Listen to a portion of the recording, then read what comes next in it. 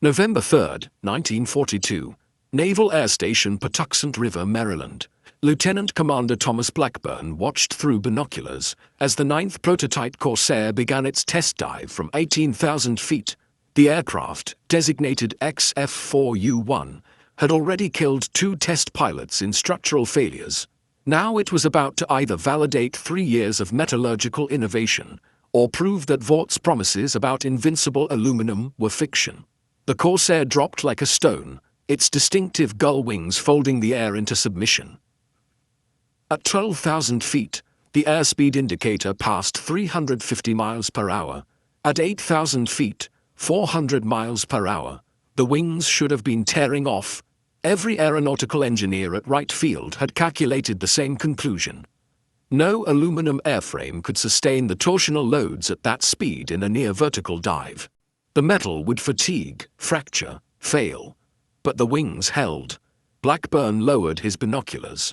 The Corsair pulled out of its dive at 4,000 feet, climbing away clean and intact.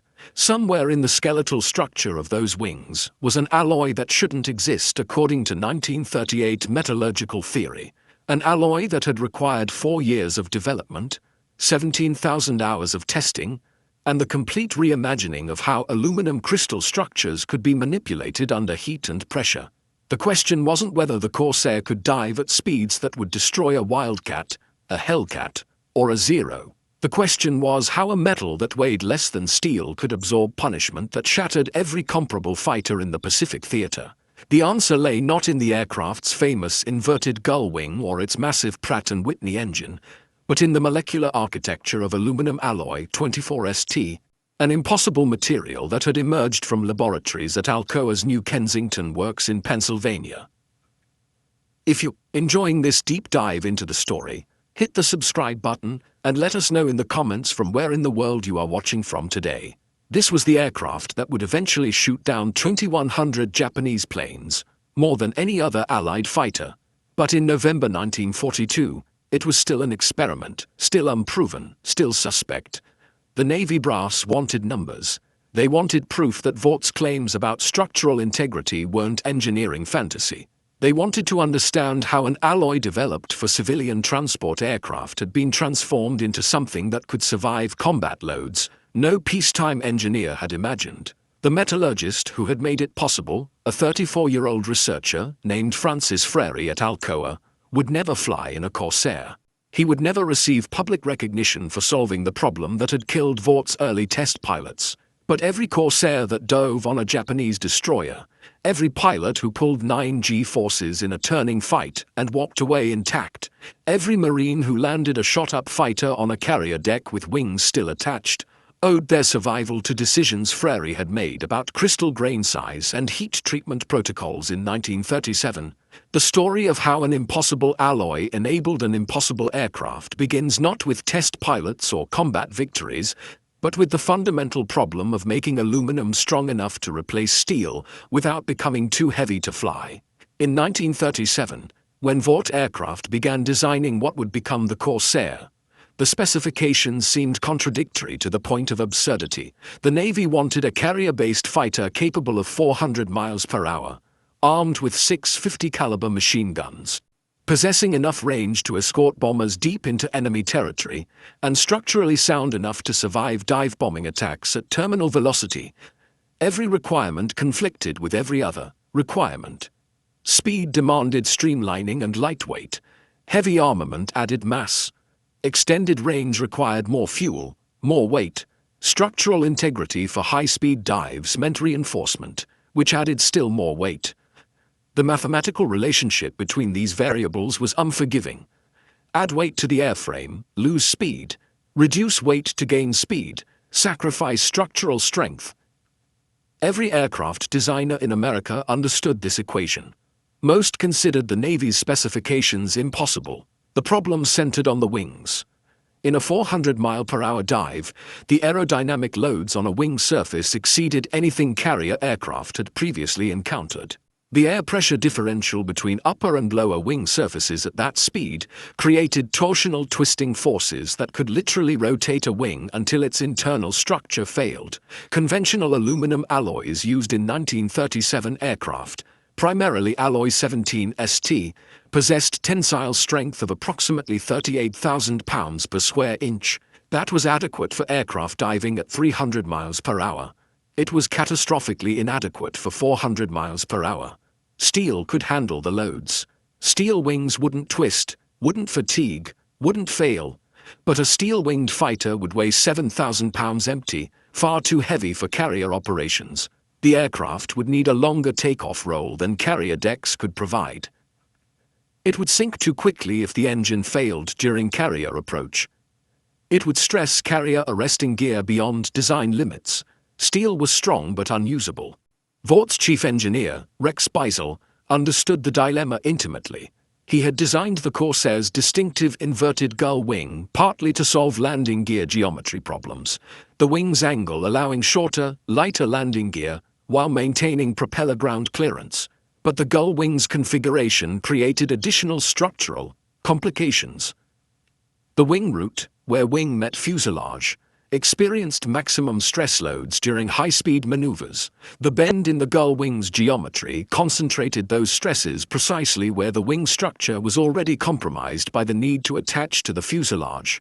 Beisel needed an aluminum alloy with tensile strength approaching 55,000 pounds per square inch, nearly 50% stronger than any aluminum alloy in production. He needed that alloy to maintain its strength under repeated stress cycles, thousands of carrier landings, hundreds of combat maneuvers, continuous vibration from a 2,000 horsepower engine. He needed it to resist corrosion in salt air, withstand temperature extremes from tropical heat to high-altitude cold, and remain structurally sound after taking battle damage. No such alloy existed.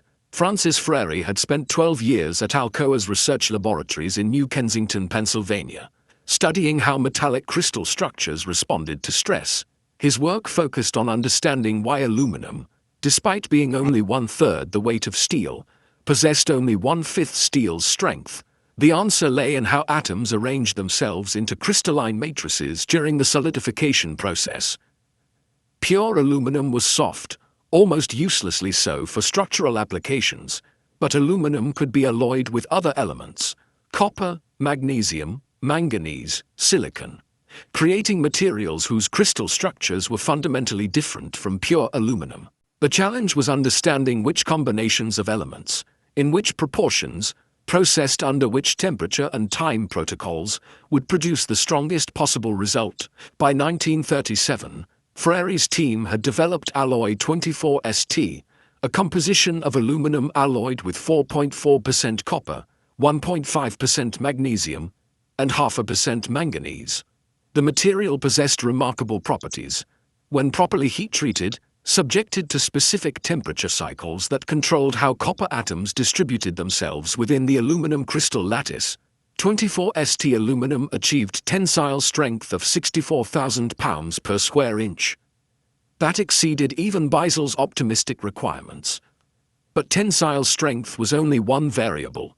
Frary had to ensure the alloy maintained that strength under cyclic loading, repeated stress applications that caused microscopic cracks to propagate through the metal's crystal structure.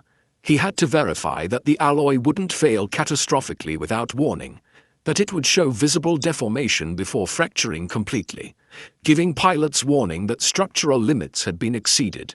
The testing was exhaustive. Frary's laboratory subjected aluminum samples to millions of stress cycles, simulating years of carrier operations compressed into months of laboratory testing. They tested at temperature extremes, at humidity extremes, in salt spray chambers that replicated Pacific Ocean corrosion conditions. They deliberately introduced defects, scratches, dents, simulated bullet holes, then tested whether cracks would propagate from those defects under load. The results were extraordinary. 24ST aluminum, when properly heat-treated, possessed fatigue resistance exceeding any aluminum alloy previously tested. The material would bend under extreme loads before breaking, giving visible warning of impending failure.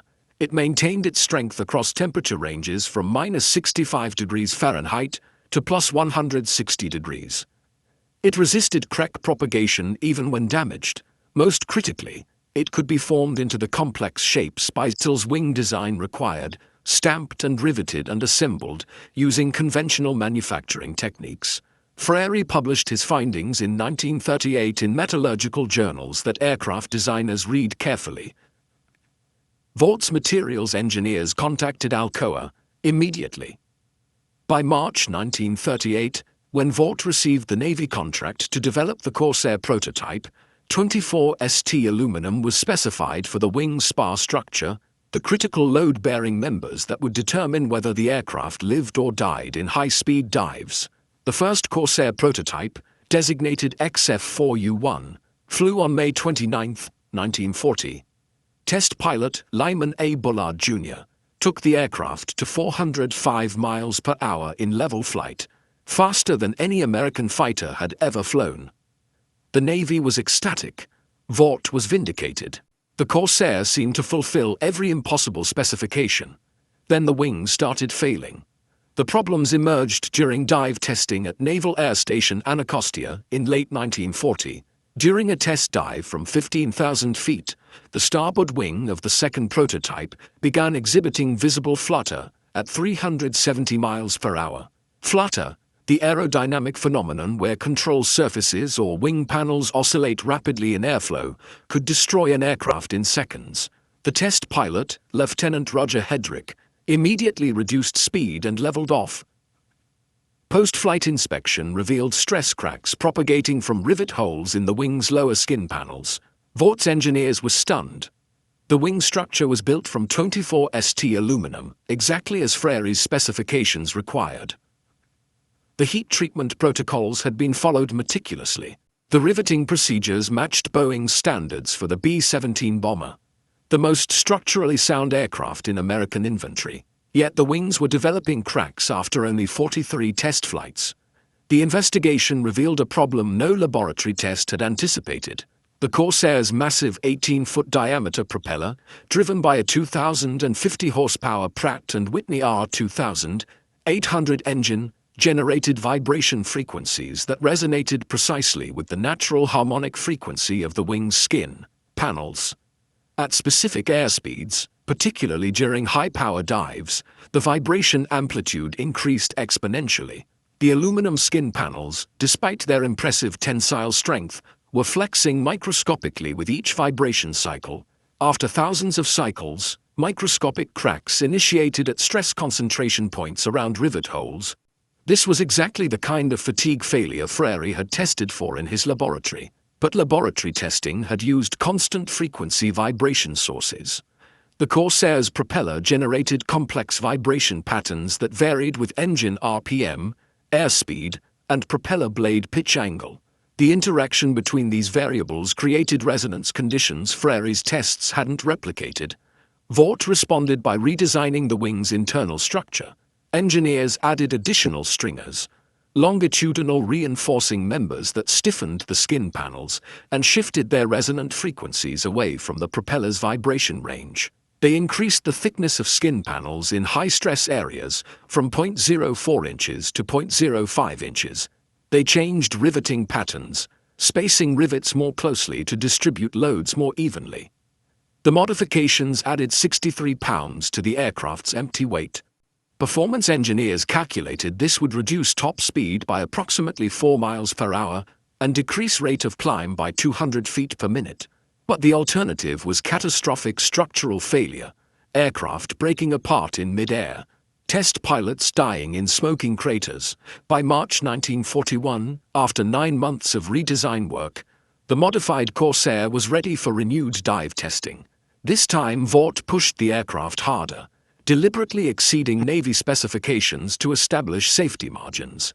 Test pilots dove from 20,000 feet, allowing the aircraft to accelerate past 430 miles per hour before pulling out. The wings held.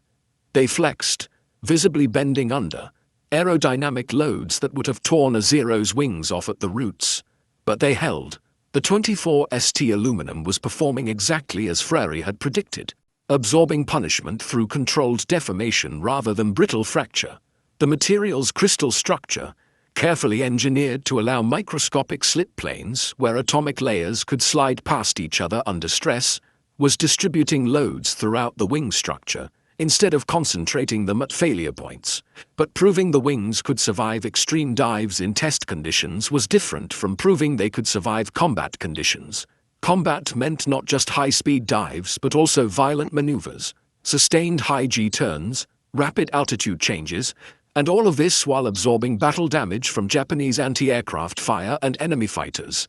The Corsair needed to be not just strong enough for peacetime testing, but strong enough for the chaos of aerial combat, where pilots would push the aircraft beyond any reasonable limits in desperate attempts to survive.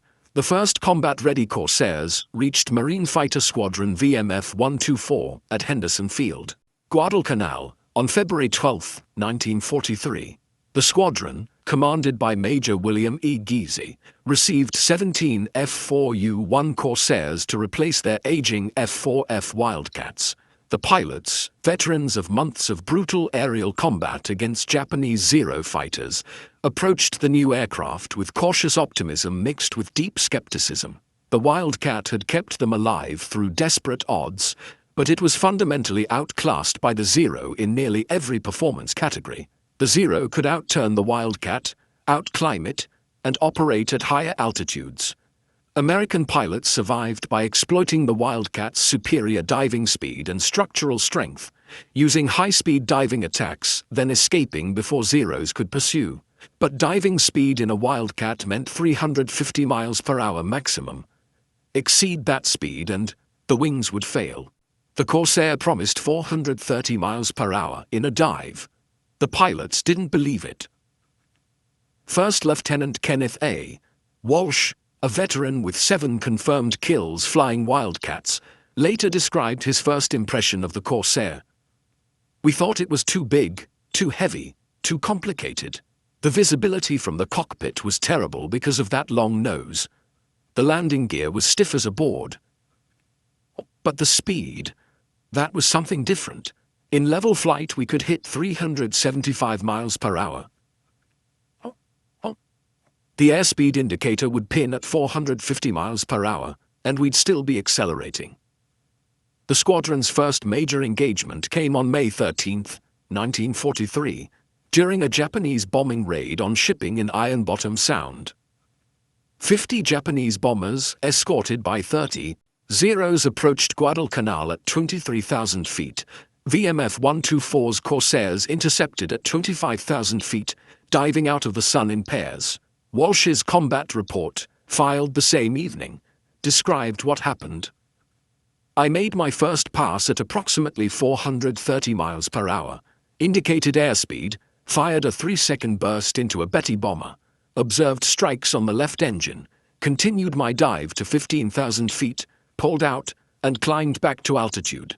The wings never showed any stress. I repeated this attack profile 3 more times during the engagement. Total dive time exceeded 90 seconds at speeds I estimate reached 450 miles per hour. The ability to sustain that dive speed, to continue accelerating when Wildcats would have torn themselves apart, fundamentally changed the tactical equation. Corsair pilots could dive away from any Japanese fighter. They could build separation distance, climb back to altitude, and re-engage entirely on their own terms. The Japanese couldn't follow. Zero fighters attempting to match Corsair dive speeds experienced catastrophic structural failures. Japanese pilot Lieutenant Saburo Sakai, one of Japan's highest-scoring aces with 64 confirmed victories, later described encountering Corsairs in his memoir published in 1957. "The American fighter dove away from my attack at a speed I could not match. When I attempted to follow, my Zero began shaking violently. The controls became heavy. I knew if I continued, the wings would separate. I had to let him escape. This happened repeatedly.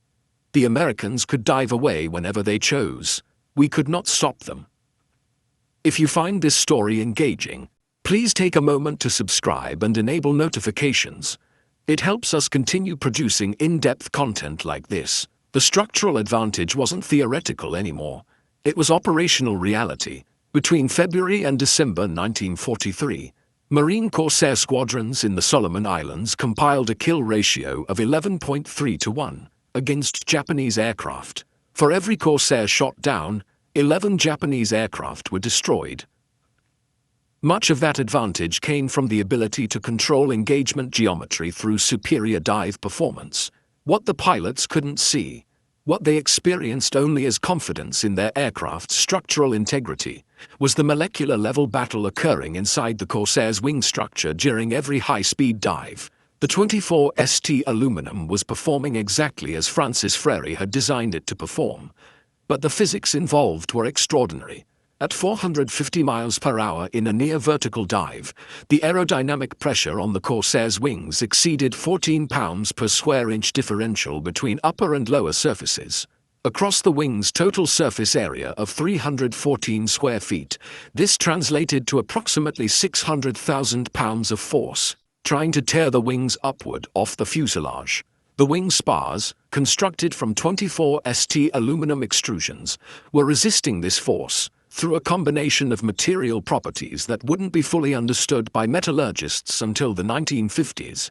The copper atoms distributed throughout the aluminum crystal lattice were creating what materials scientists call precipitation hardening. During the heat treatment process at Alcoa's mills, the aluminum-copper alloy was heated to 930 degrees Fahrenheit, held at that temperature for 6 hours, then rapidly quenched in water. This process forced copper atoms into solution within the aluminum crystal structure. The material was then aged at room temperature for 4 days, during which copper atoms migrated through the crystal lattice and formed microscopic clusters called Guinea-Preston zones. These copper clusters acted as obstacles to dislocation movement within the crystal structure. When stress was applied to the aluminum, atomic planes trying to slip past each other encountered copper clusters that prevented easy movement.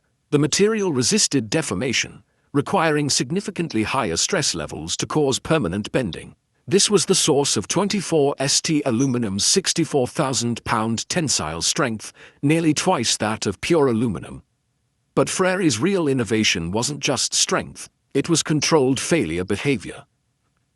The 24ST aluminum was engineered to deform visibly before fracturing catastrophically. When stress exceeded the material's yield strength, the aluminum would begin to bend permanently, creating visible wrinkles in skin panels that pilots and ground crews could see during post-flight inspections. This gave warning that structural limits had been approached, allowing engineers to replace damaged components before catastrophic failure occurred. Japanese Zero fighters, by contrast, used an aluminum alloy designated extra super duralumin, a composition developed by Sumitomo Metal Industries. ESD possessed similar tensile strength to 24ST aluminum, approximately 60,000 pounds per square inch, but its failure behavior was fundamentally different. ESD was more brittle, more prone to sudden fracture without warning. When stressed beyond its limits, ESD would develop microscopic cracks that propagated rapidly through the material until catastrophic failure occurred, usually without visible external warning. This difference in failure behavior explained why Zeros broke apart in high-speed dives, while Corsairs survived. Both aircraft used aluminum alloys with similar tensile strength, but the Corsair's 24ST aluminum would bend and wrinkle before breaking, dissipating energy through plastic deformation. The Zero's ESD would crack internally and fail suddenly. The difference was literally written into the atomic structure of the materials, determined by decisions made in laboratories years before the aircraft flew.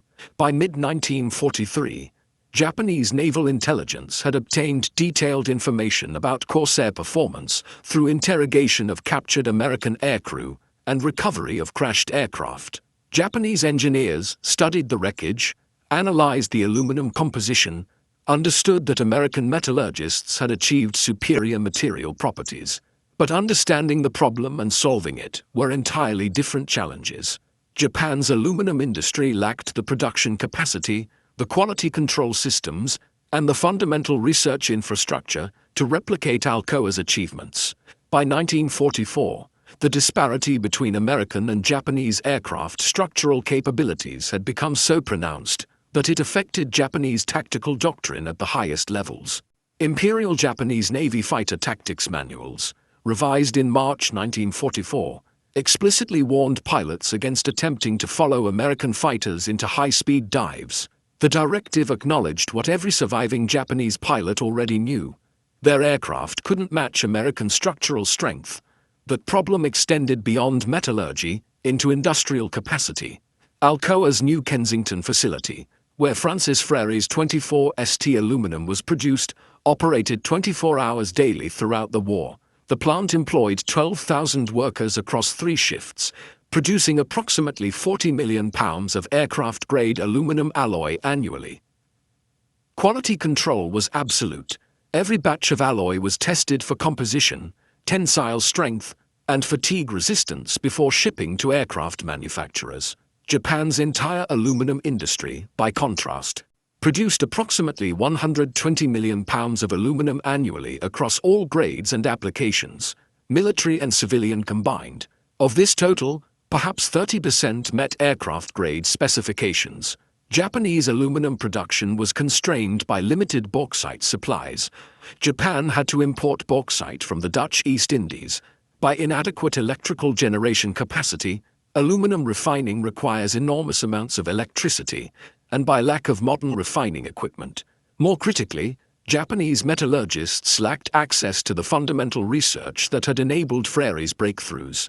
Alcoa had invested millions of dollars in metallurgical research during the 1930s, building laboratories, hiring physicists and materials scientists, conducting systematic studies of aluminum crystal structures under stress. Japan's aluminum producers, primarily Sumitomo and Mitsubishi, operated with far smaller research budgets and less sophisticated equipment. They could analyze American aluminum samples recovered from crashed aircraft, but understanding composition didn't reveal heat treatment protocols, aging procedures, or quality control standards. The result was an unbridgeable gap in material performance.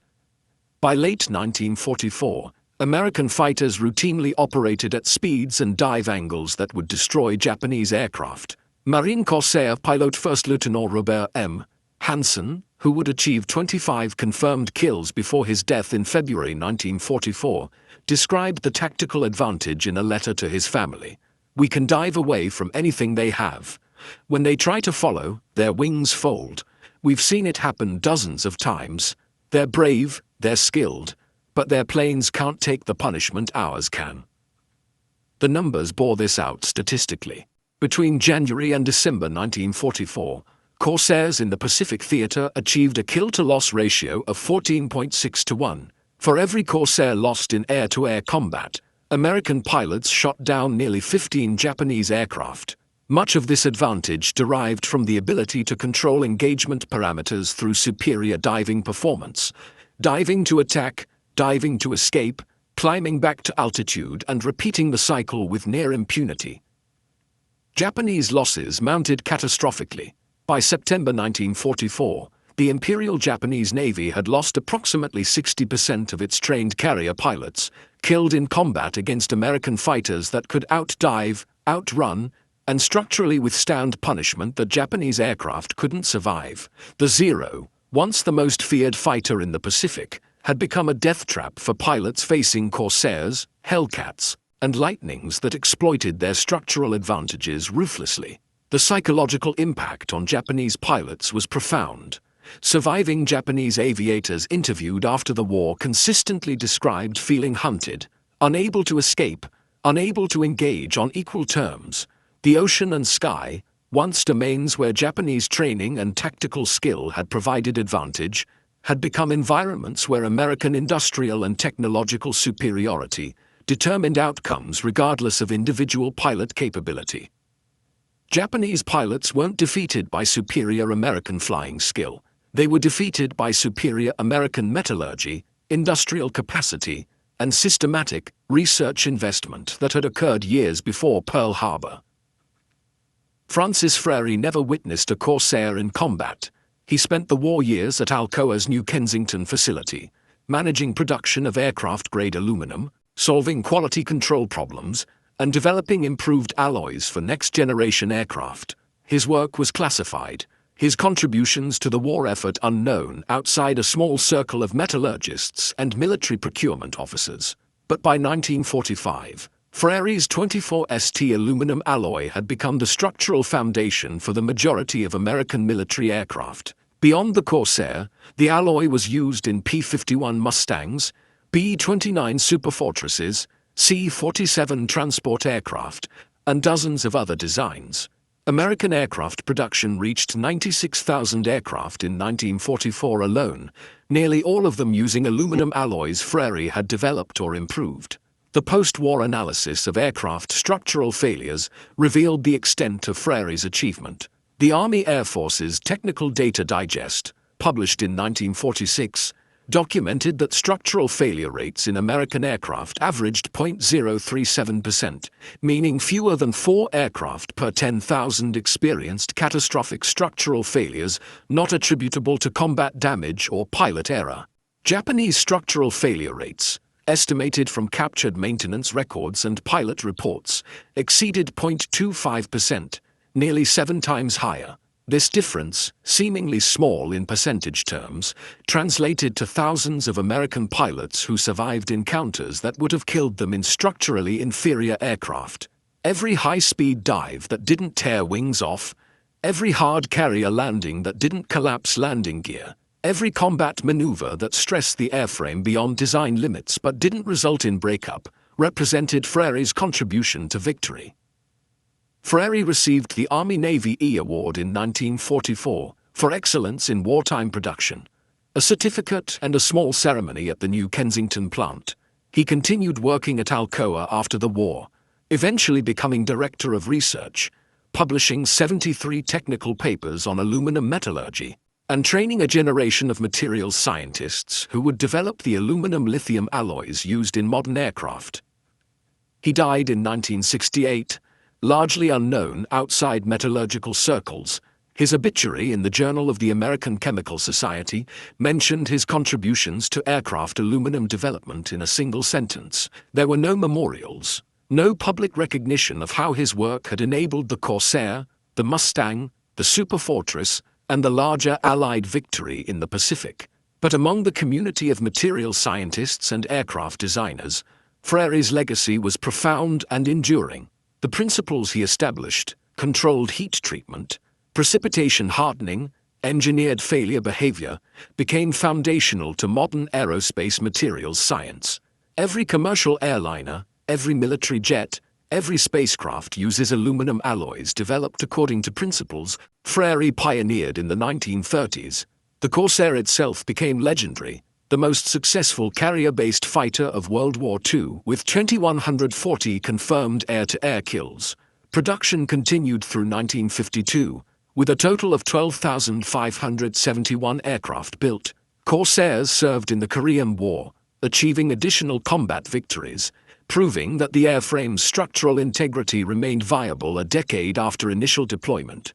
But the aircraft's success was fundamentally enabled by decisions made in a Pennsylvania laboratory in 1937 by a metallurgist who understood that strength without controlled failure behavior was useless, that superior performance required not just higher tensile strength, but predictable material behavior under stress, and that winning wars required winning the industrial and technological competition years before combat began.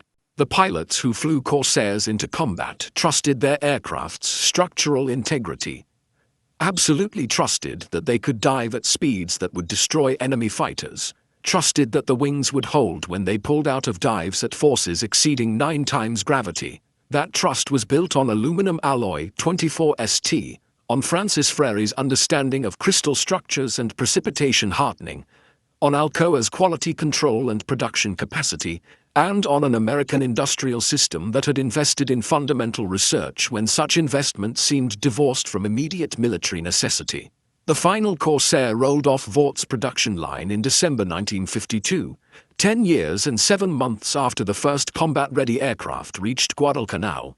By then, the Corsair had accumulated a combat record unmatched by any other American fighter: 64,151 sorties flown, 2,140 enemy aircraft destroyed in air-to-air combat, additional thousands destroyed on the ground, and a loss rate lower than any comparable fighter operating in the Pacific theater. The aircraft's structural integrity, the characteristic that enabled its tactical dominance, never wavered.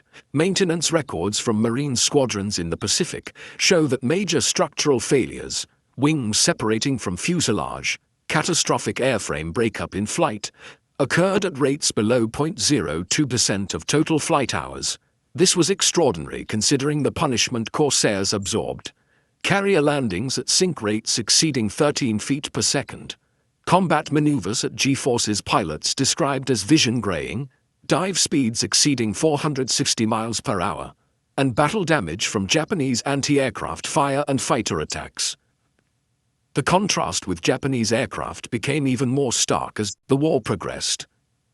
By 1945, Japanese pilots were flying aircraft that had been in storage for years, their aluminum structures weakened by corrosion and inadequate maintenance, their already inferior metallurgy further degraded by time and environmental exposure. American pilots reported encountering Japanese fighters that broke apart during moderate G maneuvers, wings failing under loads that Corsairs absorbed routinely. The post-war occupation of Japan allowed American engineers to examine Japanese aircraft manufacturing facilities firsthand. What they found confirmed the metallurgical intelligence gathered during the war. Japanese aluminum was inconsistent in composition, poorly heat-treated, and manufactured with quality control standards far below American norms. The gap wasn't merely technological, it was systematic, representing fundamental differences in industrial philosophy, research investment, and manufacturing culture. The lessons learned from the Corsairs' development influenced American aerospace engineering for generations. The principle that superior materials enable superior performance, that metallurgical research pays dividends far exceeding its cost, that engineered failure behavior matters as much as ultimate strength, all became foundational assumptions in post-war aircraft design. Modern fighter aircraft, capable of speeds exceeding Mach 2 and maneuvers at 12 times gravity, use aluminum lithium alloys and titanium composites, developed according to principles Francis Frary established. The F-18 Super Hornet, the direct descendant of carrier-based fighters like the Corsair, uses materials whose development traces directly back to the metallurgical breakthroughs of the 1930s and 40s. But the deeper legacy concerns not just materials science, but strategic understanding. The Corsairs' success demonstrated that wars are won in laboratories and factories years before combat begins. That technological and industrial superiority determine outcomes regardless of tactical skill or individual courage, and that investment in fundamental research, even research without immediate military application, provides decisive advantages when conflict occurs. Commander Thomas Blackburn, who watched that first successful high-speed dive test at Patuxent River in November 1942, later wrote in his memoir that the moment he saw the Corsair pull out intact, he knew American industry had solved problems Japanese engineers hadn't even fully understood. The ocean wasn't going to be Japan's. The sky wasn't going to be Japan's. The war was going to be won by the nation that could build aircraft capable of diving at 450 miles per hour without wings tearing off, and that capability rested on aluminum alloy 24ST, on Francis Frary's research, on Alcoa's production capacity, on an industrial system Japan couldn't match. The recordings of combat radio traffic from Corsair squadrons, preserved in National Archives collections, capture the confidence American pilots felt in their aircraft. They dove without hesitation, pulled crushing G-forces without concern, trusted absolutely that their wings would hold. That trust was earned in Pennsylvania laboratories in 1937, in Vought factories in 1941, in dive tests at Patuxent River in 1942, and in thousands of combat encounters where the aircraft performed exactly as promised. The impossible alloy that let Corsairs dive at 450 miles per hour without wings tearing off wasn't impossible at all. It was the product of systematic research, industrial investment, and metallurgical understanding that one nation possessed and another couldn't replicate. The difference, measured in aluminum crystal structures and heat treatment protocols, determined who controlled the Pacific sky and ultimately who won the war. Thank you for watching. For more detailed historical breakdowns, check out the other videos on your screen now, and don't forget to subscribe.